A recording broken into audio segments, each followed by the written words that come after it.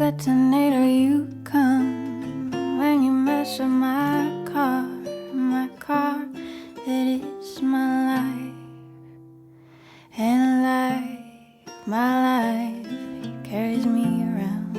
Hai un axioma, non, que é moi común, que di que todo acto político é todo aquilo que se fai contra o contexto que provoca que as cousas sexan como son e non contra as propias cousas, non? Un pouco por entendernos, non actuar contra o maltrato, senón contra o patriarcado así. Entón, dentro desta definición que acabo de dar, eu penso que agora mesmo hai unha posta en cuestión grande en intensidade e grande en población que opina o mesmo pola situación que vivimos, pero non só pola situación material que vivimos, senón polo default financiero.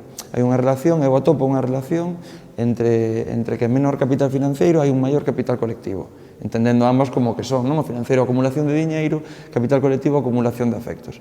Hai un traballo dos movementos sociais durante moitísimos anos que agora mesmo pois se puide ver no 15M, se pode ver igual nas iniciativas municipalistas ou no tema de desahucios, pero que é finalmente un capital afectivo ou colectivo que xurde como contrapoder ao capital financeiro. Sen un, non, se hai un, non hai o outro, e gracias a termos un podemos poñer en cuestión o outro. Hai que ter en conta que aquí na Galiza ou aquí no Estado español estás vivindo unha situación de tensión social que igual non hai en outros países precisamente porque previamente non se fixo ese traballo de poñer en valor o capital colectivo.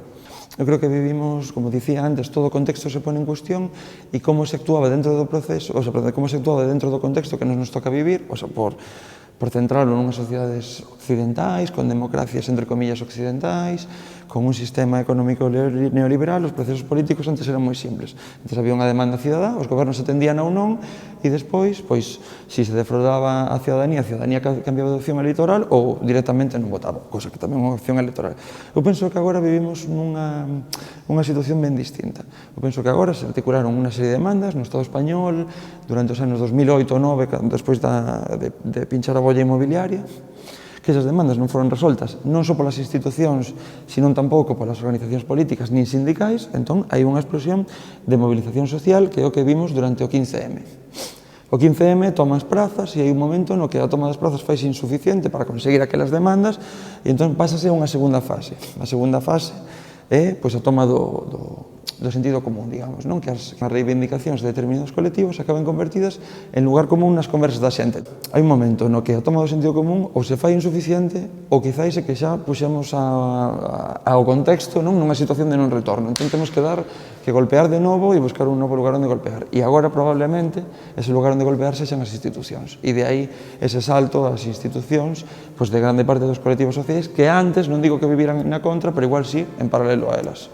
Se estamos falando de que necesitamos un cambio político, pois todo é necesario. Eu non atopo unha contradicción en que haxa xente traballando nas institucións e entre que haxa traballando fora. Son cousas distintas, pero ambas son necesarias. Entón, eu personalmente non atopo contradicción. Non penso que unha sexa mala para a outra, nin viceversa. Eu creo que, como todo, todo ten que retroalimentarse.